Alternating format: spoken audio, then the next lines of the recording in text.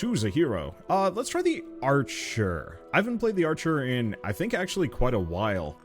And we just got a relic that should make her a little bit better, and we can focus really hard on projectiles, if I can manage. So I wonder what kind of board games do you play? Okay, here, 1 second. I'm assuming you guys can hear me if I'm talking out the side of my mouth. So I play Everdell. I play, let's see. Everdell, Terraforming Mars, Wingspan. We played one called Aquacorn Cove, but I didn't like it too much. Brew. Brew is fun, but kind of brutal. The Crew Mission Deep Sea is really, really, really good.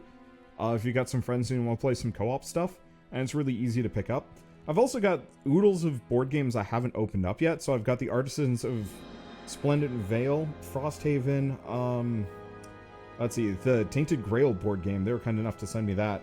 Dune, Oath, Nemesis, which I gotta try the digital versions of that. Spire's End, let's see, Flamecraft. There's like a bunch more too.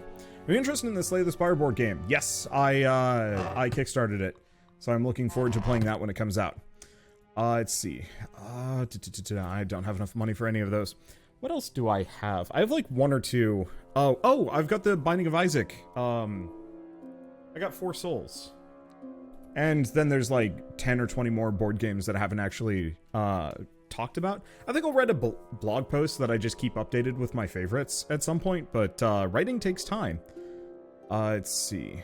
So how does the meta progression work in this game? So you have your standard like blessings that you just invest money into, but you also have an equipment system accessible through this. Oh, I can just click over.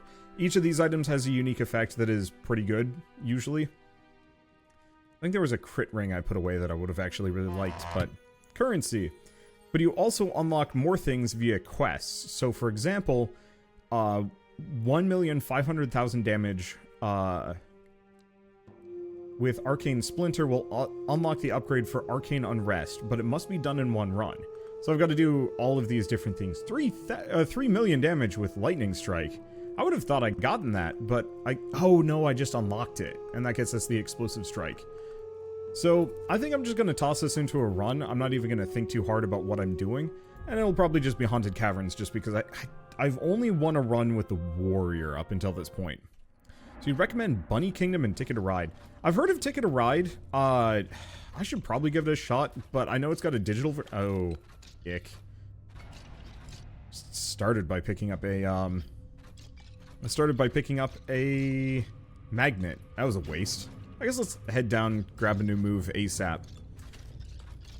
But, the town I live in has a really good board game store. Like, obscenely good. And, so, we don't go in that often, but I will actively try and bop in there every once in a while. And because technically every game I pick up is potentially a tax write-off, I'm just like, yeah, sure, I don't mind buying more board games. The problem is, like, actually finding the time to play them. I've also got, like, oodles of tabletop RPGs that I want to feature. I'm just trying to motivate Shell to be ready to do those again. Our last couple ones have ended sort of badly. Either badly or kind of disappointingly. And so I've been really jonesing to play more. But, you know, coming back from kind of disappointment is a little tough sometimes. Let's see. So I think I'm just going to go for, like, pure raw oomph here. And try and go for, like, a high crit bow. Attack speed. I mean, kind of the usual. I don't think I'm going to mess around with defense or block. HP, maximum HP and HP regen might actually be a good idea. Because I try and go for defense, but that hasn't worked out that well for me. Let's go for proficient stance for the time being. The movement speed and health regen might not be terrible. But I guess my logic is maximum health and regen are always working for me, whereas defense is only when I get hit. So I think I'm going to try and balance around specifically the idea of... I don't want to say going purely for regen instead, compared to normal. Let's see. It seems like a lot of big board games are starting to do big video games are doing board game adaptions. Dead Cells, Monster Hunter? I didn't know Monster Hunter and Apex Legends are. I really should pay attention to what I'm doing because I just walked into a bunch of enemies, whatever. It's early enough, I'll probably recover that health in no time. Later on is going to be a problem. I mean, it makes sense, though. You've got a bunch of these promising board games and board game developers, many of whom can make incredibly good games, but their funding is a bit of an issue, and it's a good way of doing a tie-in that potentially kind of extends the brand. And you can even do it in such a way that it's like you're taking effectively somebody else's design and kind of adapting it over. So very specifically, I guess more in the tabletop board game side of things, but like Root, for example, has a tabletop RPG that also has I guess a digital board game version, and then also the original board game. And this way they can kind of double or triple dip on the same audience without necessarily putting in a whole lot of extra work into designing a new thing. And so I'm assuming that the Darkest Dungeon board game, I've seen that in the store a couple of times. I'm going to assume, for the most part, that that is actually a... let's see, do we want to go Transfiction? Yeah, this would be a very good run for Transfiction, probably.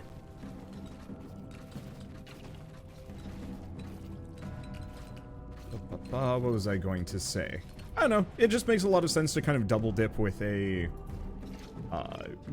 board game adaptation of a popular game franchise, especially if it's a good one, because sometimes that gives you like even more ways to just kind of continuously push the brand without, I don't want to say without investing too much, especially because the board game community thrives off of Kickstarters. You know, with indie games, your Kickstarter's almost assuredly bound to fail.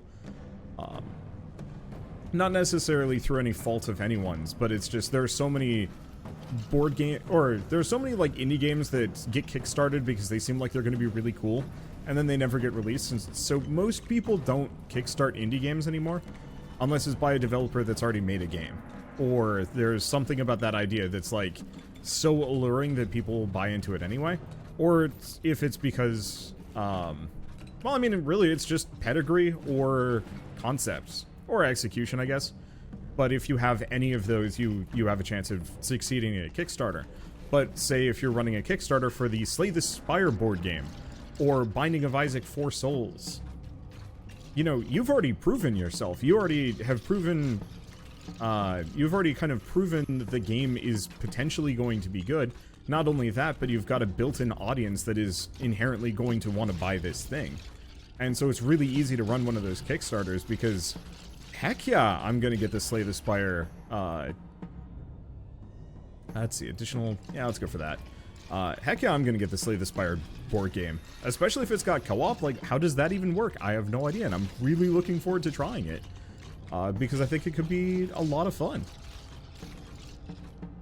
Let's see, tabletop RPG adaptions I also understand, because it gives players, the opportunity to do the thing they want. Like getting into a world that they're really into. Agreed. I've seen the Dark Souls tabletop RPG go by a couple times, and I'm like, you know, I could actually see that being kind of fun. It's just none of the people in my life I think would be particularly interested in it. And also I feel like it would be very easy for me to adapt Pathfinder into being a Dark Souls style RPG with like minimal effort.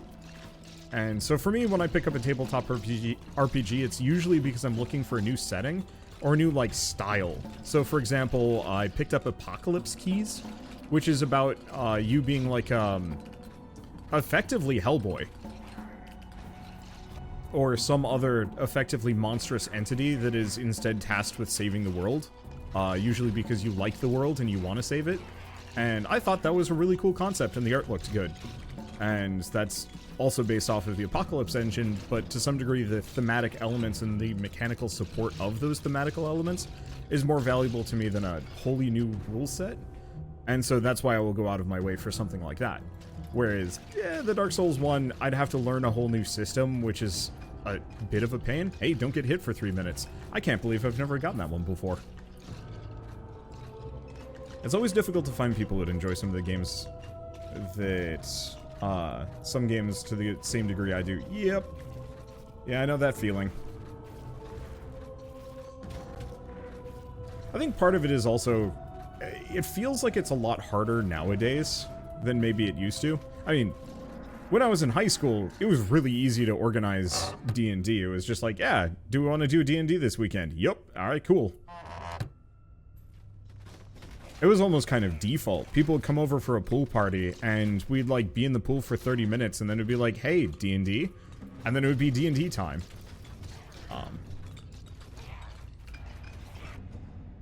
Let's see. Crit chance? No, I'm just going to keep going for the attack speed. We're also going to want some more Pierce, if I can get that. If I can get Universal... Ooh, what's that one? Oh, it's the Ring of Fire. Let's see. Tabletop Sims, the only real way I can see playing one of those video games to board games. My problem with stuff like Tabletop Sim is that somebody put a lot of effort into making those board games, and it's kind of brutal to just load it up in Tabletop Sim instead. Maybe if it was like a DLC, it's not as bad, but I felt ickier about... the older I get and the more bills I have to pay, the more I feel icky about... I feel icky about stuff like piracy. It wasn't as bad when I was younger, and I was just kind of like, yeah, whatever, I'll buy it when I'm older, and I did. But now especially as an adult, I'm just like, yeah, if I play that on Tabletop Sim, the devs don't see a dime of my money. I've actually got a couple of board games that I've played with Wholesome Verse unopened on my shelf, purely just because, you know, if I'm going to be covering it in some way, shape, or form. Let's see. Oh, what do we want to grab here? Probably just the attack speed. If I was going to cover it in some way, shape, or form, I might as well actually give back to the devs a little bit. There's a lot of piracy on Tabletop Sim, but mostly meant the ones you can pay for. And honestly, I would actually adore it if more of these developers would actually go the extra mile to adapt their game into a tabletop Sim version. Like, just really go for that quintuple dip. There's nothing wrong with that, in my opinion. Some people get mad about it, I'm sure. You know, who really wants to buy Root the board game in real life and then buy it again in Tabletop Sim? But on the flip side, there's going to be a couple of people out there that aren't going to be able to buy Root the board game because they don't have any friends locally to play with. But, you know, assuredly they can find some friends to play Root the board game with on Tabletop Sim. Like, I think there are absolutely there are absolutely, like, a gazillion different ways to handle this stuff well. But I feel like I can't just immediately say, like, yeah, that makes more sense unquestioningly. Because, I don't know. Too many developers that I absolutely adore have gone under purely because of lack of financial support. And so it's always just kind of one of those where it's like, yeah, I'm willing to pay extra if it means that the developers I like get to keep doing business. Because the developers I like, the developers I don't like, they're already doing every single unethical thing in the book to stay in business as long as possible. And boy howdy, they manage to stay in business a lot longer than the developers I do like. Most of the time. I mean, Supergiant is doing fine, and I've been fans of them since before they existed. I was a huge fan of Gen Z's artwork back before before Supergiant formed, and so it's just been kind of cool that, yeah, one of my, like, favorite artist inspirations is the defining art style of one of my favorite game studios. I don't know, it's cool. It's kind of the same thing as, I guess, Wayfinder and Vigil. You know, I love Darksiders in college, and it's been super cool to see them thriving. I think they're thriving. I hope Wayfinder does well. I'd say there's a closed beta going on if people want to get into it, but I don't know if you can get access at this point, which is a bit of a downer. Okay, looks like the extra piercing takes out the shields a bit faster. I hope so. What was the name of the artist? Gen Z. Just look up Supergiant artist, and you'll probably get her. Let's see. Okay, physical summon projectile. Lightning strike, lightning elemental. I mean, we should probably do Astronomer's Orbs. I'm not entirely sure if multiple attacks actually affects the orbs in some meaningful fashion. Access is closed, but I can say it's pretty fun without breaking the NDA. I can say it's very fun without breaking the NDA, and I can show the footage off if I wanted to. It's slightly... I mean, it's tempting. I'll probably be filming some Wayfinder over the course of this weekend. Dang it. Finally got hit. Oh well. I've got one of those, like, swank sweetheart deals because ex-Warframe partner turns, I guess, generalist... Well, I was never a particularly big Warframe partner. I just covered Warframe relentlessly. But it wasn't, like, my primary thing. I wish my more recent Warframe videos did well, because I actually really liked the Duviri Paradox. I thought that was, like, actually some of my favorite MMO gameplay I've ever played. Seriously, turn your MMOs into roguelikes. It's worth it. Give me those randomized power-ups. Feels so much better. Let's get some ring blades up in here.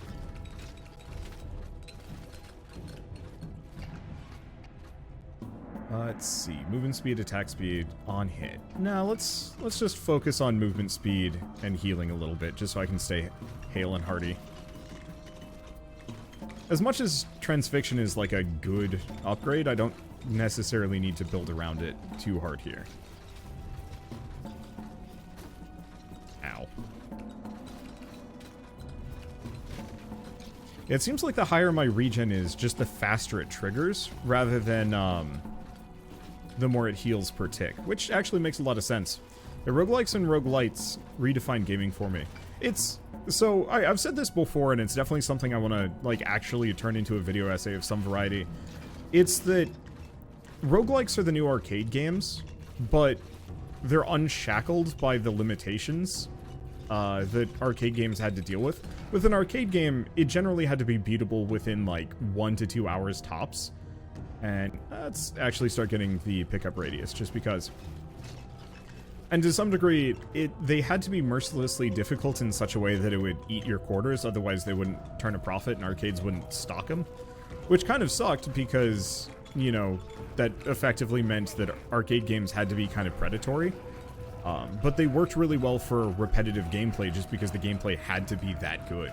If your core gameplay loop was trash, no one would play you at the arcade. No arcade would ever stock your game for the most part. Roguelikes operate under very similar logic, except for they're not coin crunchers, and the replayability is so much better because of the procedural generation. Even if it's kind of inherently predictable, the slight interplay between different power-ups, and like picking and choosing and making those choices, makes roguelikes feel very similar, while also feeling like vastly superior in terms of how you engage with it. And it's also kind of one of those where you can engage with a roguelike at your leisure. Most other games you cannot. So for the past 2 weeks, I've actually very much been held hostage by my enjoyment of Tears of the Kingdom. I like the game. I think it's really cool. But it kind of pisses me off because I have to spend so much time doing anything. Not to get anywhere, but it's just like, my best armor set in the game is one of the worst armors in the game. It's the generic thing that you buy in town. And it's not particularly strong. I picked it up and have upgraded it just because I didn't have most other complete sets. Because I immediately went to...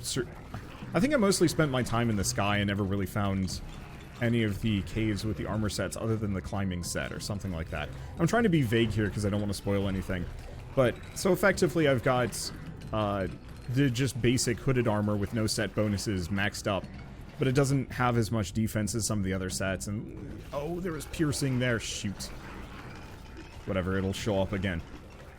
And so now I'm looking up like, okay, what are the other armor sets? Oh, there's this one like homage armor set that looks really cool.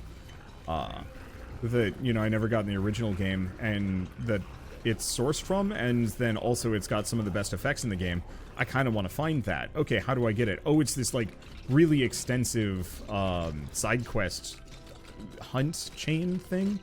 And then upgrading it is really expensive, so it's going to be that much harder. And it's just kind of like, do I really want to put my time and effort into that? And the answer is, yeah, actually, probably.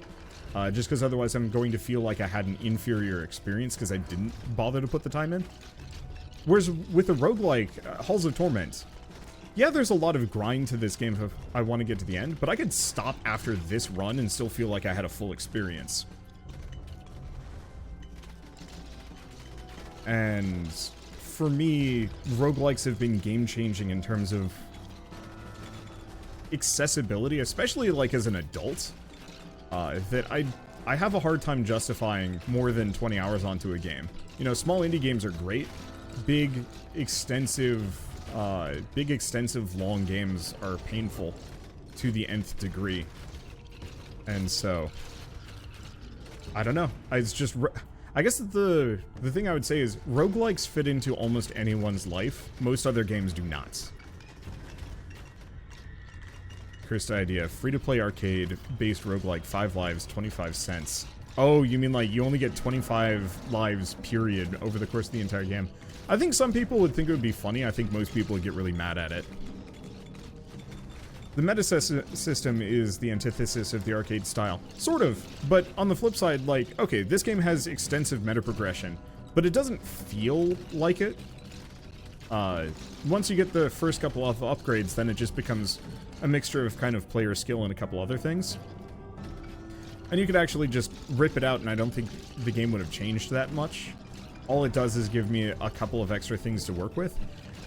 It does depend on the game, though. I've definitely played a couple of roguelikes where the meta progression is so necessary that it is no longer an arcade game. I'm thinking Wallworld, for example. Wallworld is barely a roguelike.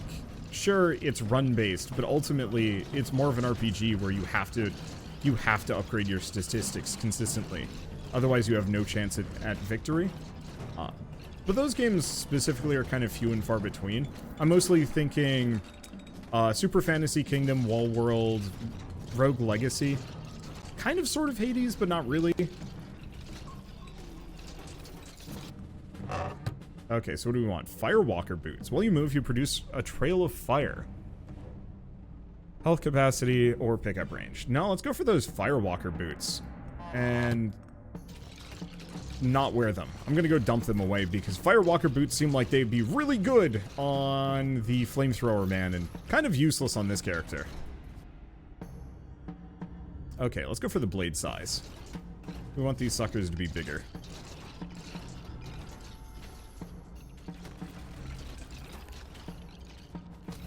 Ow. I'm gonna say though, the choice to go for regen, I think was the correct one. Because I still take the hit, but it'll heal me back up much faster. Whereas the defense, I've still taken the damage, maybe a little bit less, but it probably takes longer to get back up to full.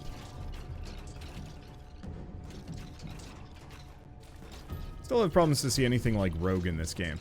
So, unfortunately, it's one of those where the game Rogue and the genre roguelike have... Like, roguelikes have evolved so far past the original Rogue that the genre name is no longer particularly applicable. The problem is, there's not a better name that we are... Oh, hey, free magnet. 2 free magnet.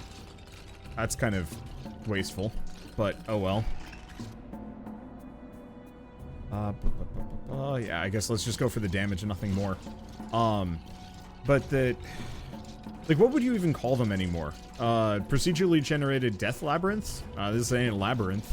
It's just an empty field with enemies, but it is still very definitively borrowing at least the core elements of what makes a modern roguelike a modern roguelike. Sure, from the traditional sense, this does not pass the Berlin interpretation in the slightest.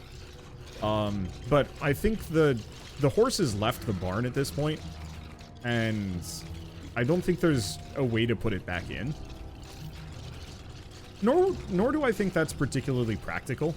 That ultimately I think it's just okay to accept that roguelikes are just this now, rather than anything close to their original interpretation. It's kind of like how RPG. What is an RPG? You know, if I ask that question, I'm actually going to get probably at least 3 different answers. Is an RPG a game where you specifically are increasing your statistics by leveling up or gathering gear and stuff like that? Okay. Does that make Doom Eternal an RPG? Since you do actually increase your armor over the course of a game, get better equipment, and so on and so forth. Most people would say no, because of course not. You know, that's not really leveling and is a first-person shooter. That, you know, at this point, RPG is kind of this weird nebulous term, mostly tied around with the idea of leveling up, or playing as a specific character, kind of, well, no. That's the weird part, because from my perspective, a role-playing game, if you're playing a role, you're playing as a character in some way, shape, or form. It has nothing to do with the mechanics, it has everything to do with the storytelling. What? Okay, that's weird. Steam just popped up over my game. Go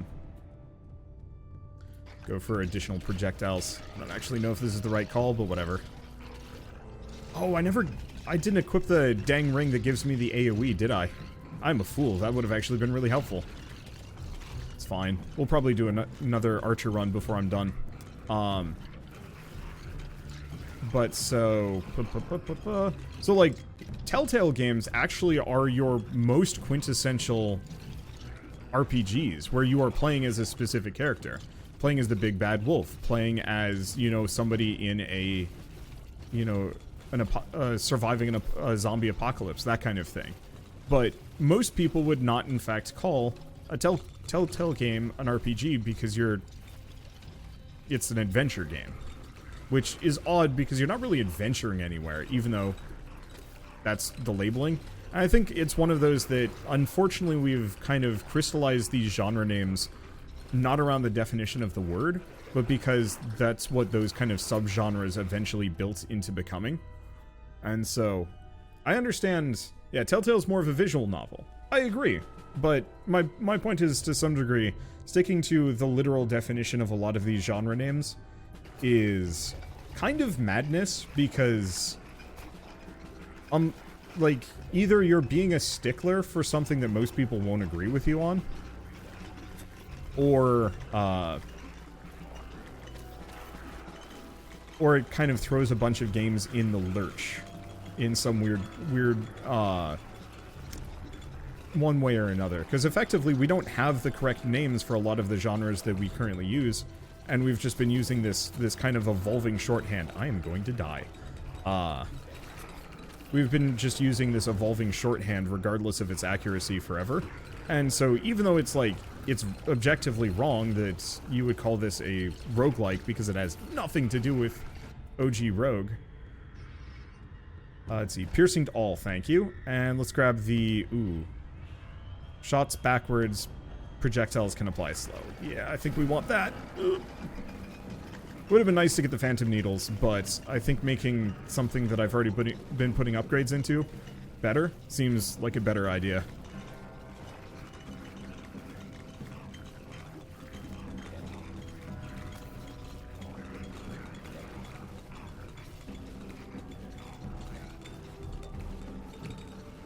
Okay. I mean, hell, if we want to get, like, even deeper into it, I'd even cast doubt on the term for video games. You know, at what point of this is really a video game? Is it just the fact that it's coming through my monitor? It's pedantic semantics, and it's fun to argue about, but ultimately I think it's kind of stupid.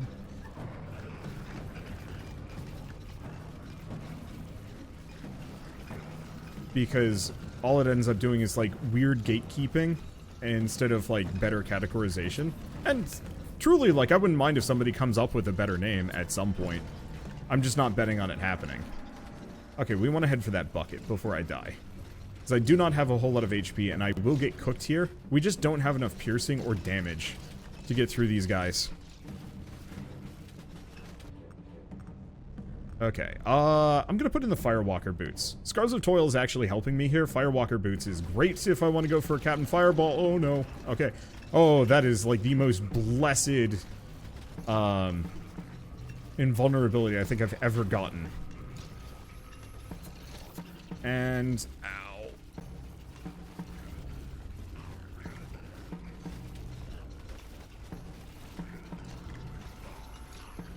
Alternatively, use exclusively alignment charts to make it funny gatekeeping. Yeah. Kinda. Here's the Ring of Fire. I do not know how effective the Ring of Fire is. It's just too close to me. Yeah. I do not like these skeletons from behind. Oh hey, free magnet.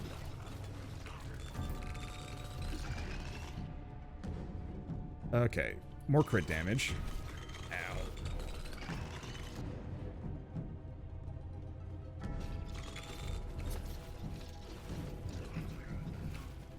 Yeah, I do not have a whole lot of beef left to me. I think the, oh, do the purple skeletons turn into skulls that fly after me if I don't kill them? I think that's the case. Also, thank you, Pumpkin, for the, what is that, 23-month resub.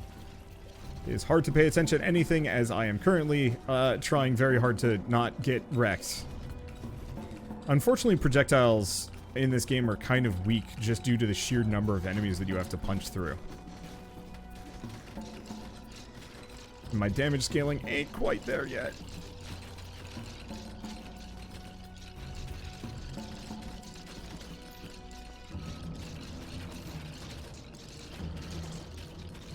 Nor was my regen particularly helpful in this moment. Oh, I'm dead. There we go.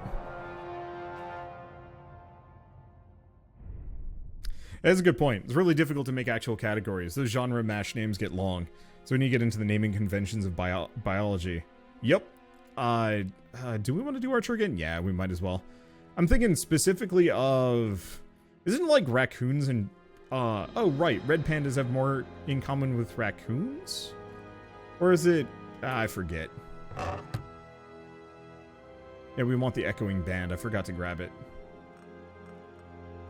Damaging an enemy with physical attacks has a 20% chance to do 40% of the damage as splash. That should help a lot. It should help a lot. We'll see what happens. Yeah, red panda is a cousin to raccoon and has nothing to do with pandas. I could try Ember Grounds. Actually, why don't we try the Forgotten Viaduct? I've never gone here.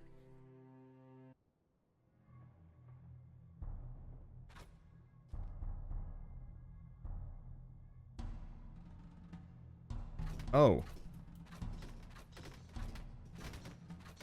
I know why my arrows stopped firing. I don't understand why the bow animation and normal arrows stopped coming. I hit right click and didn't notice. So right click turns, enables and disables auto attack. That would explain why I was getting wrecked. Oops. That sucked.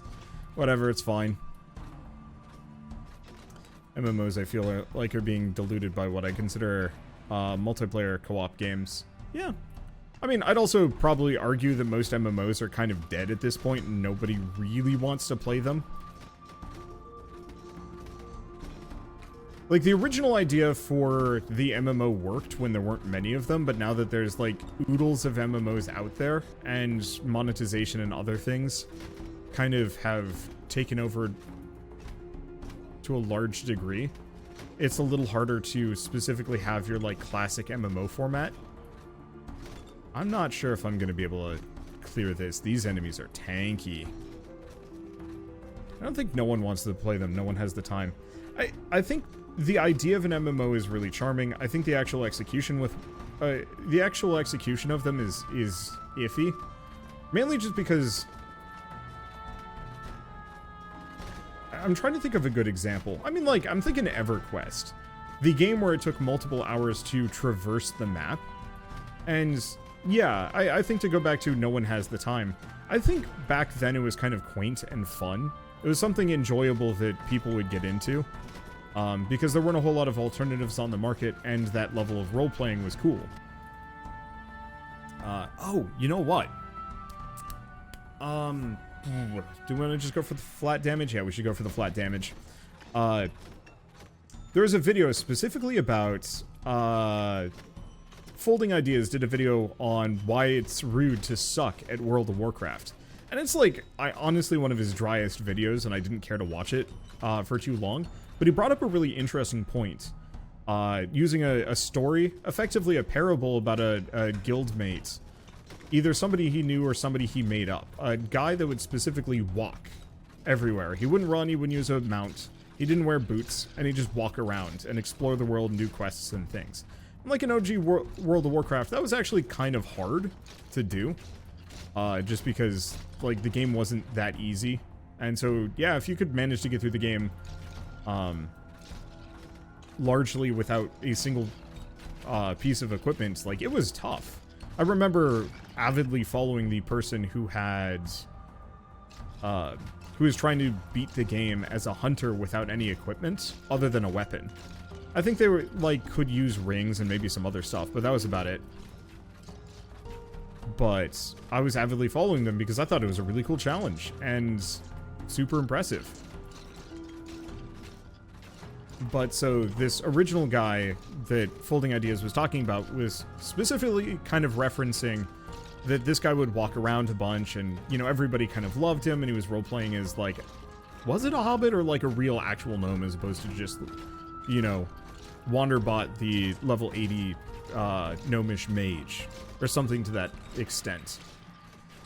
And how, like, after a certain point, once the guild starts getting to raiding, his quirks, his oddity of, you know, walking around barefoot, not using teleportation, not using mounts, anything like that, that goes from being charming to inconvenient, because now all of a sudden you have this beloved guild member who refuses to actually play the game with you. Now, obviously, the realistic perspective would just to say, alright, just, you know, give him the boot and find somebody else that can kind of fill the role. But it kind of sucks, especially if this guy's your friend in it, one way, shape, or form. And so, you know, that kind of old school, charming, you know, adventure the world, slowly crawl across the map as you're just on a journey, that was fine. But as things get more and more gamified, you know, as all of those mysteries are kind of revealed, it stops being about the adventure anymore, and it starts becoming, you know, purely optimization. I think that's why MMOs are almost kind of destined to fail now, and they've just become nothing more than structured co-op games, is because most people only have, you know, 2 to 4 friends to play with at any given time, and maybe a couple more if they really feel like putting some extra effort into it. But that social circles have shrunk a little bit, and the willingness to interact with other people has kind of dipped, either just because, you know, people are socially stunted at this point. This guy is an absolute tank. This is gonna take a while. Yeah, when you raid, you're supposed to give 100%. Exactly.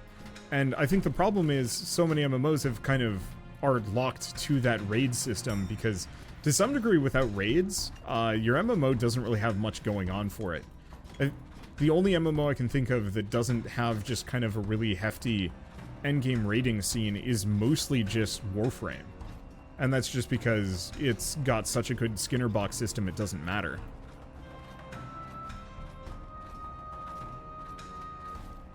And so, I won't deny that we probably won't get, like, we probably will get 1 or 2 really good MMOs in the next, like, 10 to 20 years that kind of make everybody rethink it. And maybe the proper sandbox MMO will come back. But I kind of doubt it. I think power gamers are just going to inherently ruin it just by, you know, coming up with every guide, gear limits, you know, recommended gear scores that you have to even show up to a dungeon. Like, I remember, what period of time was it? I think it was during Pandaria. It was either yeah, I'm pretty sure it was when Pandaria had come out. I was playing with Shell for the first time. We never really played, well, we had just started dating, and we had played through Guild Wars 1, had a blast with it, but you could play that game solo. Or not solo. I think you could play it like duo. I've never tried like soloing the game as like a one-off, as like a singular person. So I've never attempted that one and have no idea what I'd be getting into if I gave it a shot. But so we started playing World of Warcraft because that was the next game on kind of on our list that we wanted to play together, and it provided a pretty good co-op experience. Even if we weren't really touching a whole lot of dungeons. It had just added Dungeon Finder stuff couple years prior, and so there were a lot of opportunities for us to find groups without having to sit next to an LFG totem for, you know, an hour trying to find a healer because nobody was. I think I was playing tank. Yeah, I think I was playing a Death Knight or something. Or maybe a paladin. I truly honestly forget. Yeah, looking for guilds is instantaneous now. Or looking for group is instantaneous now. Yeah, I kind of figured as much. But it was reasonably easy for the two of us to get through most of the leveling experience and story content. Not that World of Warcraft story is particularly direct in the same way that it's direct in, say, Final Fantasy XIV. Okay, I don't want to get run over by these guys. I don't have the HP for it. But so we were just playing Hellfire Ramparts as just like a basic dungeon crawl, which, if you're not aware, is the first dungeon you go into in the Burning Crusade expansion. It's reasonably easy and doesn't really require a whole lot of like time, effort, or skill, mainly because it was designed around the idea of a bunch of new and rusty people that hadn't played the game in a while. To the point where I remember soloing it with pure Death Knights when it had first come out.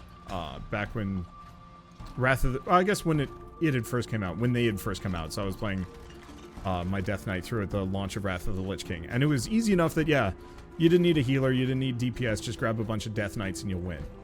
Which I thought was actually really fun, but eh. But so we were playing just with some random people through looking for group, and as part of it, one of them got really pissy because Shell wasn't good enough. Her meters were too low. And even though we hadn't wiped, we were doing fine. We in fact had somebody that was like over leveled helping us out, so it was like total cakewalk. Ow. But this guy got really pissy because Shell's not particularly good on her rotations, hadn't really played competitive hardcore raiding before, didn't know dungeon anything. And I think it was one of our first dungeons that we'd even played together for the most part, just because I had egged her into it, saying like, hey, this is like one of my favorites from back in the day. And so this guy kicked her out of the group and said, nope, you know, get your meters up, and then like had posted the DPS meters as some kind of like gotcha to say like, hey, you know, you didn't deserve to be in this group. Of course, not realizing that I, as the tank, was her boyfriend at the time and, you know, now husband. So I wiped the party and then made fun of him and then left for being a chud. Yeah, so I didn't leave instantly because we were in the middle of a fight or something. And I felt kind of bad about it, but it was really funny watching him flounder because I threw the fight. And then I think he had something rude to say in like a whisper, but I didn't care anymore. But the idea of specifically MMOs have to be kind of for everybody. And so back in the day when they were kind of more sandboxy and whatnot, it could be for everybody because it didn't matter. The hardcore raiders would kind of keep to themselves. And do we want to go ring blades? I think ring blades are probably better than astronomer's orbs in this. But it worked for people to kind of just go at it in their own way back in the early days of these MMOs, because for the most part, you didn't have any kind of codified meta. There was no real sense of what should be. There was just always a sense of like, hey, this is a fun game, and everybody's just kind of playing and learning together. But the more sites you have like Wowhead or, I mean, really just like the myriad of YouTube guides and whatnot, the less it becomes a thing about kind of shared exploration and adventure and much more about a complicated dance that everybody has to be there for in some way, shape, or form. Let's see, on hit chance? No, let's just go for attack speed. So earlier somebody had said, you know, if you're going to a raid, you bring your 100%. And I think the problem with that is that everybody's 100% is effectively determined by the developer's requirements of like what 100% is. So I pretty much don't touch the hard content in Final Fantasy XIV, not because I can't do it, but because I simply don't care. And also I'd forgotten to turn down special effects, because I don't know, I think I'd turned down my own, but I forgot to turn down everybody else's.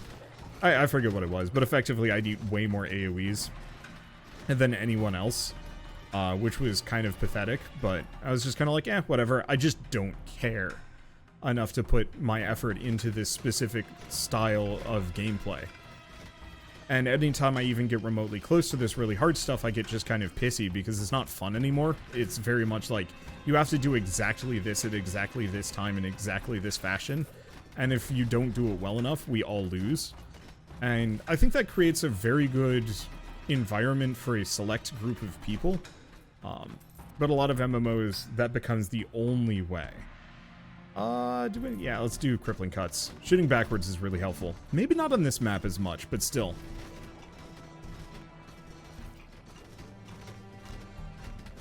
And so I think that specific mentality equal parts has made MMOs incredibly fun for that select group of people, but also made it almost impossible for your traditional MMO formats to work. Let's go for the attack speed here. I want that 30% extra damage, but there's a lot of enemies that don't need that. And so I think that's why stuff like Destiny has been fairly successful, and even Final Fantasy XIV. Even though Final Fantasy XIV has that absurdly high-end, ultra-difficult raid content for people to go through, it also has, like, one of the best single-player storylines I think I've ever seen in a game. Let's see, do I want to do a crit chance for my main weapon and damage? Crit chance for everything? Nah, let's keep focus on my main arrow, even if it's a foolish idea. I don't know. Let's see. Keep working on this. Yeah, if I use my bow, this game's actually not that bad. Also, this map is weird. The enemies aren't particularly aggressive, so I actually have a lot more opportunity to kind of fight.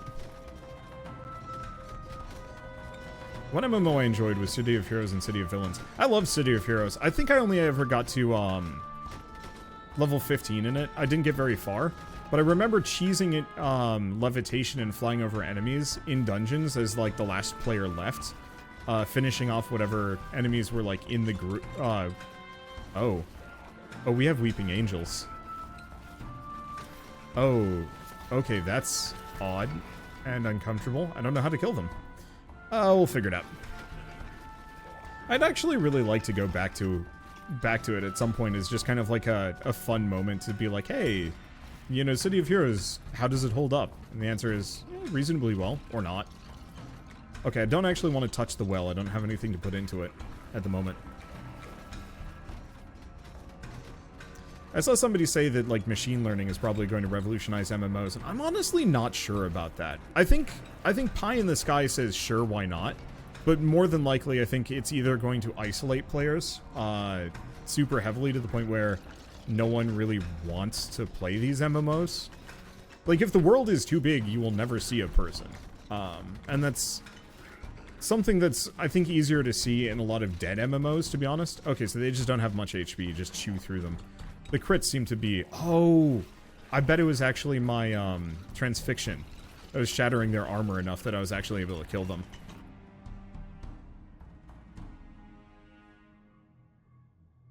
Let's see. Do you want to do... I want to sit down. That's what I want to do.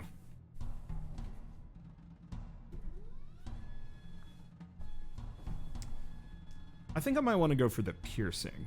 As much as Ring of Blades is kind of good, it's hard to aim, whereas I think Phantom Needles has a 100% hit chance all the time.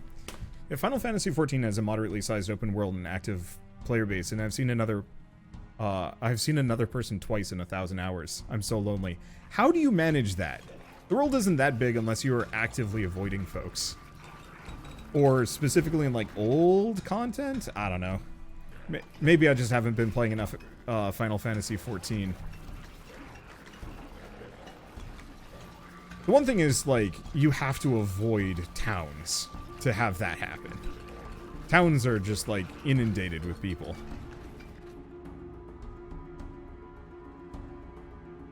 Even Warframe has multiple metas. Yeah. Though, at least with Warframe, it's kind of one of those where most people don't get sweaty at you if you're not, like, particularly built enough. Like, I think I have 250 episodes out on Warframe, and I think I only had one person ever get particularly mad at me because I wasn't building well enough. Which is a bit of a surprise. If you haven't seen anyone, you haven't been to Limsa Laminsa, yes, seriously. That place is weird. Funny, but weird. But yeah, kind of on the topic of, I mean, generative dialogue. I actually think that's gonna suck. I know a lot of people are like, oh, you can talk to using this mod, you can talk to a Skyrim NPC, like, endlessly, and like, how cool is that? And the answer is like, why would I want to do that? At what point are any of these NPCs going to be interesting enough that I'm going to want to spend the time to talk to them for that long? You know, all they're going to end up doing is just kind of defaulting to what it thinks it should be saying, at which point, like, if I talk to any other NPC, how many of them are going to repeat what's said? You know, do you really want to talk to the milkmaid for 10,000 hours unless you are very specifically a weirdo that is, like, macking on a digital character as your romance analog? And I think that's not healthy.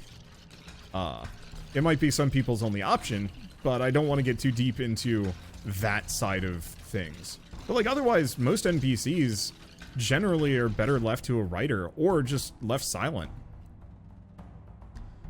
That, you know, functionally, I have this problem when I play with shells sometimes. You can actually go back and see it. I believe in our I Am Setsuna video, the very first one that came out, when that game had launched. And we were just walking around your standard RPG town, and she was like, talk to everybody. And I'm like, I really don't want to. This sounds awful. Please don't make me. And so we kind of hit upon kind of a middle ground between me talking to some of the characters, but eventually us giving up and just focusing on the main story, because talking to the NPCs sucks. And it's not because they were written poorly. They weren't interesting, so I guess maybe you could argue that. But ultimately, they just weren't important. You know, why do you want to talk to that milkmaid, you hero, you dragon-slaying hero that is supposed to be off, you know, saving us from the terror of a, you know, world-ending dragon? You know, why do you want to talk to this NPC infinitely? Why would you even ever want an NPC to be that radiant? Because either that ends up being this weird distraction where it's just like, when does this conversation end? Never. And so I think most people will have the wherewithal to just say, like, okay, I'm just done talking to this character now. But I think there will still be that kind of aspect of just like, after a certain point, it stops becoming valuable dialogue, and it just becomes this kind of weird forced drivel that serves nothing and benefits no one, apart from just making it look good. I feel the same way about No Man's Sky. You know, not the dialogue is ho-hum, but the worlds. Like, how many of you guys have actually played extensive No Man's Sky? I think I have a couple 100 hours into the game, and I can't bear to play it anymore. Like, it's neat, and I know all the new content is good, but a lot of that new content is good because it is hand-designed by humans. Specifically to... Let's see. Specifically to bring players in and give them something to do. It's not that this new content... Oh, I have 1 HP left. That is dire. Is any of this good? I mean, Ruby Circlet is great. Okay. Now we've got to just get back to the well. I never actually got back up to that other one. But so... Like, I played a lot of No Man's Sky when it... Oh, the well's just right here. Sick. Let's put in the Ruby Circlet, because that feels super necessary for the flamethrower dude. But so I played No Man's Sky back when the only way you could progress in the game after a certain point was by very specifically tracking every animal on 30 planets or something like that. And without that, you wouldn't be able to get the Atlas passes. I don't know if there's another way to get them. I've honestly forgotten, and the game has changed so dramatically since that I might as well not bring up how that worked beyond just saying it sucked and it was very repetitive, because effectively I'd land on a planet and then spend multiple hours just trying to find the elusive fish in a puddle somewhere, only to find out that it was in fact a bird that looked like another bird because the generation script ain't that good. And I just missed it because there was like one bird in the sky every 20 minutes. And it was a miserable existence, because no matter how much you procedurally generate something, ultimately you're pulling from something that somebody made. And so either you have to steal everything that has ever existed to make it good, which is what a lot of generation scripts do, or you have to more or less put infinite amounts of time into making this thing capable of handling it. It's part of the reason why I'm not particularly excited for Starfield. I'm looking forward to trying it just to see if Bethesda pulls it off. But my general assumption is,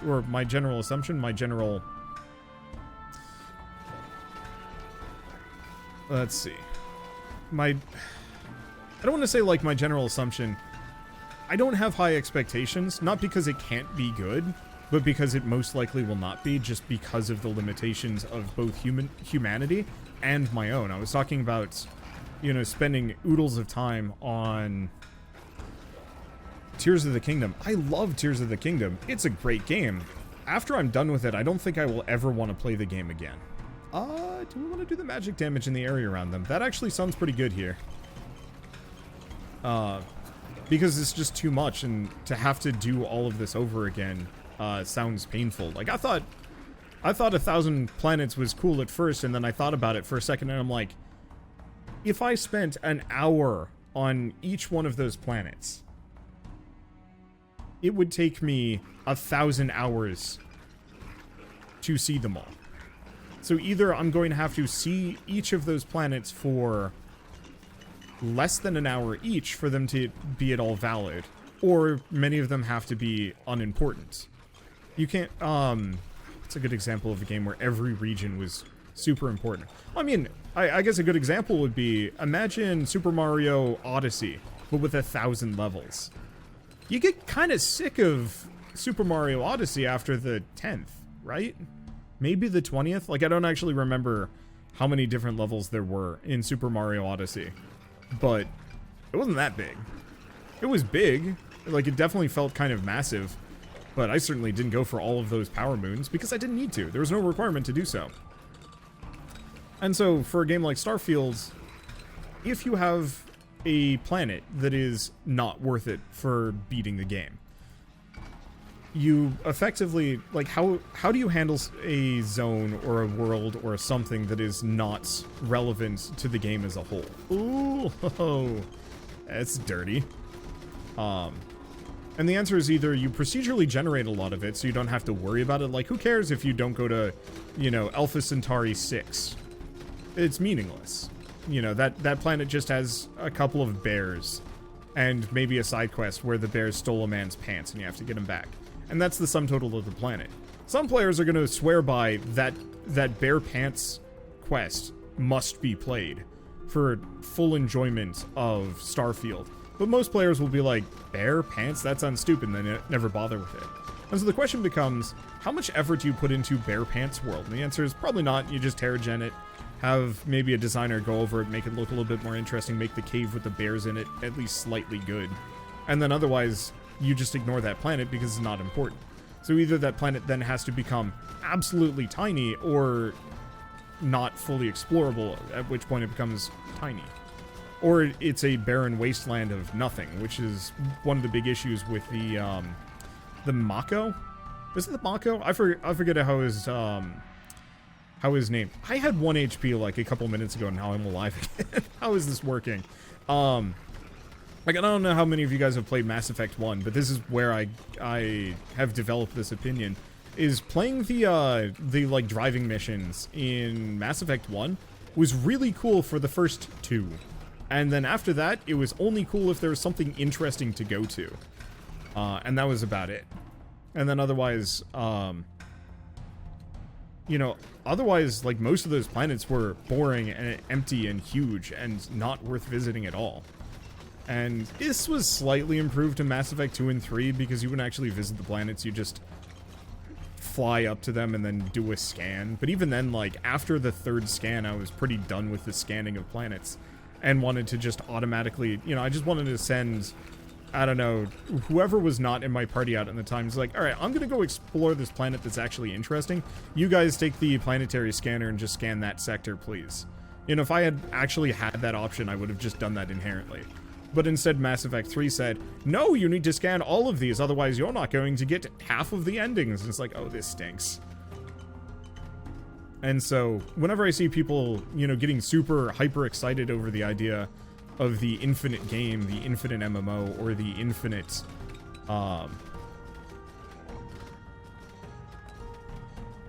infinite dialogue trees or something like that, I have to assume they've probably never played Mass Effect 1, or any game to completion, or they've only ever played one game in their life and they're looking to switch to whatever that new game is. Because infinite almost inherently means infinitely boring. You know, I play plenty of games that are functionally infinite, and the only ones that actually keep my interest are the ones that have an ending that is worth seeing multiple times, or the pure gameplay of it is so good that it doesn't matter. You know, you want a good infinite game, it's called Team Fortress 2, or Binding of Isaac.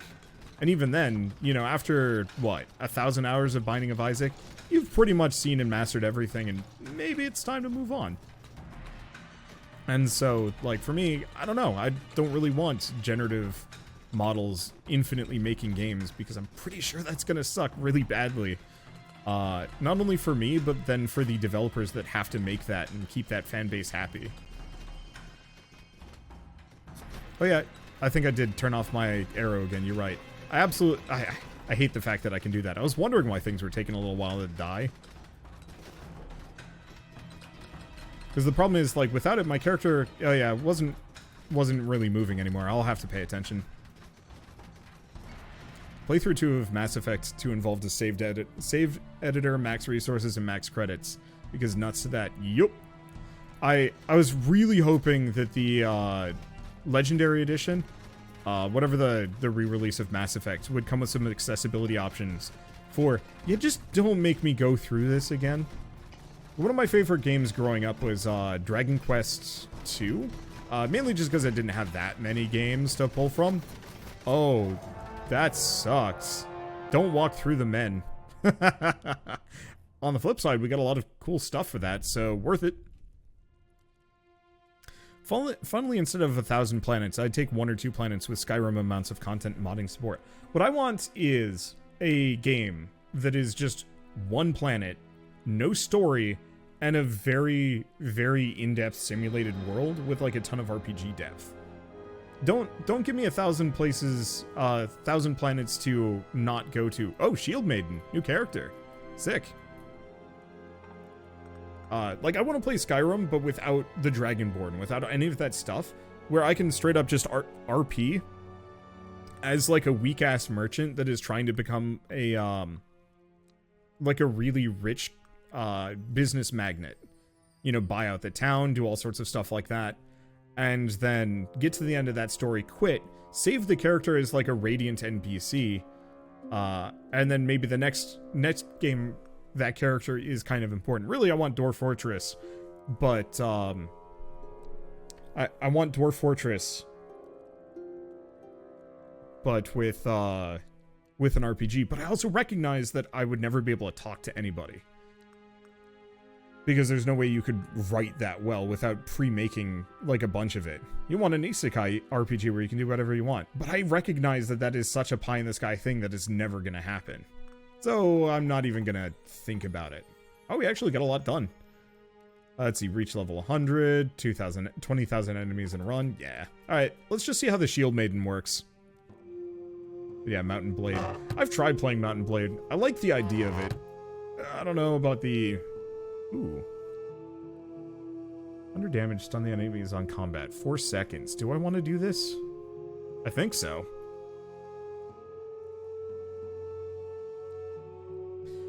Kingdoms of Amalur Reckoning did a good job with its world design. Most of the map sectors had something unique. My problem with Kingdoms of Amalur is that the sectors were too big, that I spent a lot of time traversing them, but I didn't really enjoy them that much. Do we want to get the Firewalker boots, or do we want to get the Ruby Circlet? I think I'm going to go for the Ruby Circlet, because I want to save up for another Fireman run.